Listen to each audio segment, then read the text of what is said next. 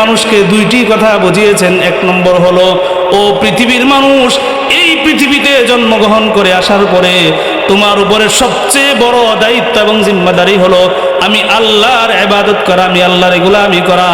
আর দুই নম্বর জিম্মাদারি হলো মা বাবার খেদমত করা। তুমি যে বিষয়টার দিকে আপনাদেরকে নিয়ে যাব সেটি হলো পিতামাতার খেদমতের গুরুত্ব। যে শরীয়তে পিতামাতার খেদমতের গুরুত্বটা কি পরিমাণ, এটা আপনাদেরকে শুধু বোঝায়। ইমামে কুরতুবী রহমতুল্লাহ আলাই পিতামাতার খেদমতের গুরুত্ব বুঝাতে গিয়ে 3টি আয়াত উল্লেখ করেছেন। কয়টি? 3টি। উনি বলেন, ওয়াবুদুল্লাহ ওয়া লা তুশরিকু বিহি শাইআন ওয়া বিল ওয়ালিদাইনি ইহসানা। ইমাম কুরতুবী বলেন, এই আয়াতে আল্লাহ পাক রব্বুল আলামিন দুনিয়ার মানুষকে লক্ষ্য করে বলেন, ও পৃথিবীর মানুষ, ওয়াবুদুল্লাহ ওয়া লা তুশরিকু বিহি শাইআ, তুমি যতদিন দুনিয়াতে বেঁচে থাকবে ততদিন শুধুমাত্র কেবলমাত্র আমি আল্লাহর গোলামি করবে, আমি আল্লাহর ইবাদত করবে। 2 নম্বর তোমার কাজ হলো ওয়া বিল ওয়ালিদাইনি ইহসানা, পৃথিবীতে তুমি যতদিন বেঁচে থাকবে ততদিন তুমি মা বাবার সাথে সৎ আচরণ করবে, ইহসান করবে, তাদের খেদমত করবে। 1 নম্বর আয়াত। 2 নম্বর ইমাম কুরতুবী বলেন, ওয়া ক্বাদা রাব্বুকা আল্লা তা'বুদু ইল্লা ইয়্যাহু ওয়া বিল ওয়ালিদাইনি ইহসানা।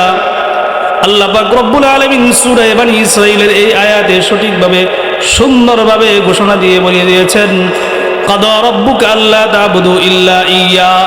ও পৃথিবীর মানুষ, তোমরা শুনে রাখো, তোমার রবের চূড়ান্ত ফায়সালা হলো তোমরা যতদিন দুনিয়াতে জীবিত থাকবে ততদিন কেবলমাত্র শুধুমাত্র আমি আল্লাহর গোলামি করতে হবে, আমি আল্লাহর ইবাদত করতে হবে।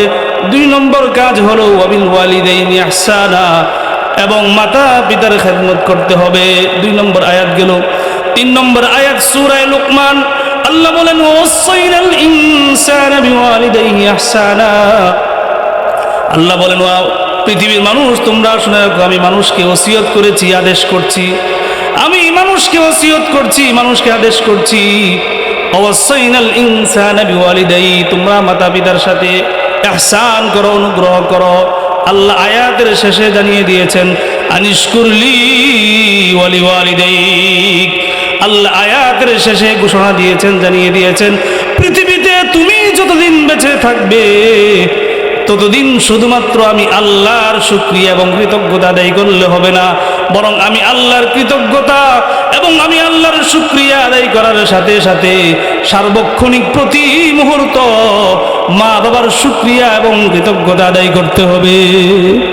ইমামে কুরতুবী রহমতুল্লাহি আলাইহি এই 3টি আয়াতকে উল্লেখ করে বলেন, আল্লাহ পাক রব্বুল আলামিন এই 3টি আয়াতে পৃথিবীর মানুষকে 2টি কথা বুঝিয়েছেন। কয়টি?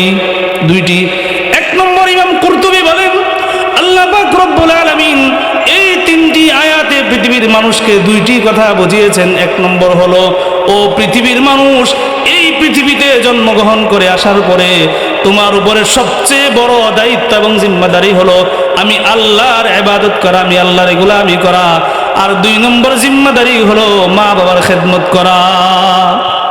একটা।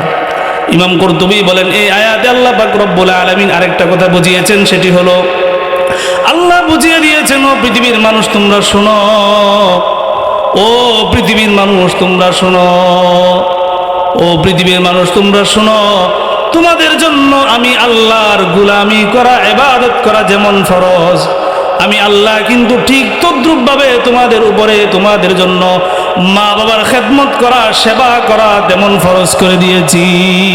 সকলে জুড়ে জুড়ে বলেন সুবহানাল্লাহ। আল্লাহ তো কোরআনে এইভাবে খেদমতের গুরুত্ব বুঝিয়েছেন। রাসূল কিভাবে বুঝাইছেন? আন আব্দুল্লাহ ইবনে মাসউদ ওয়া আনাস ইবনে মালিক রাদিয়াল্লাহু তাআলা আনহুমা قال قال رسول الله صلى الله عليه وسلم أفضل الأعمال الصلاة لوقتها وبر الوالدين والجهاد في سبيل الله। নবীর প্রিয় 2 জন সাহাবী হযরত আব্দুল্লাহ ইবনে মাসউদ এবং আনাস ইবনে মালিক রাদিয়াল্লাহু তাআলা আনহুমা, ওনারা 2 জনেই বলেন, আল্লাহর হাবিব সাল্লাল্লাহু আলাইহি ওয়াসাল্লাম হাদিস শরীফে ঘোষণা করেছেন, ও পৃথিবীর উম্মত, ও আমার উম্মত, তোমরা কান খুলে শুনে রাখো, আফদালুল আমালি as-সালাতু লিওয়াক্তিহা, এই পৃথিবীতে আল্লাহর কাছে শ্রেষ্ঠ ইবাদত হলো নির্ধারিত সময়ের ভিতরে আল্লাহর কুদরতি কদমে সিজদা করা তথা নামাজ আদায় করা। 2 নম্বর হলো ওয়াবিরুল ওয়ালিদাইন। রাসূল বলেন এই পৃথিবীতে 2 নম্বর আল্লাহর নামাজের পরে 2 নম্বর ইবাদত হলো বিরুল ওয়ালিদাইন, পিতা মাতার খেদমত করা এবং সেবা করা। 3 নম্বর হলো ওয়াল জিহাদু ফি সাবিলিল্লাহ, আল্লাহর রাস্তায় জিহাদ করা। মুসলমান ভাইরা, এই হাদিসে আল্লাহ পাক রব্বুল আলামিন আল্লাহর ইবাদত নামাজের পরে কার বিষয় এনেছেন? মা বাবার বিষয়কে এনেছেন। এর দ্বারা বোঝা যায় রাসূল আরবি সাল্লাল্লাহু আলাইহি ওয়াসাল্লাম নিজেও আল্লাহর ইবাদতের পরে মা বাবার খেদমতকে প্রাধান্য দিয়েছেন।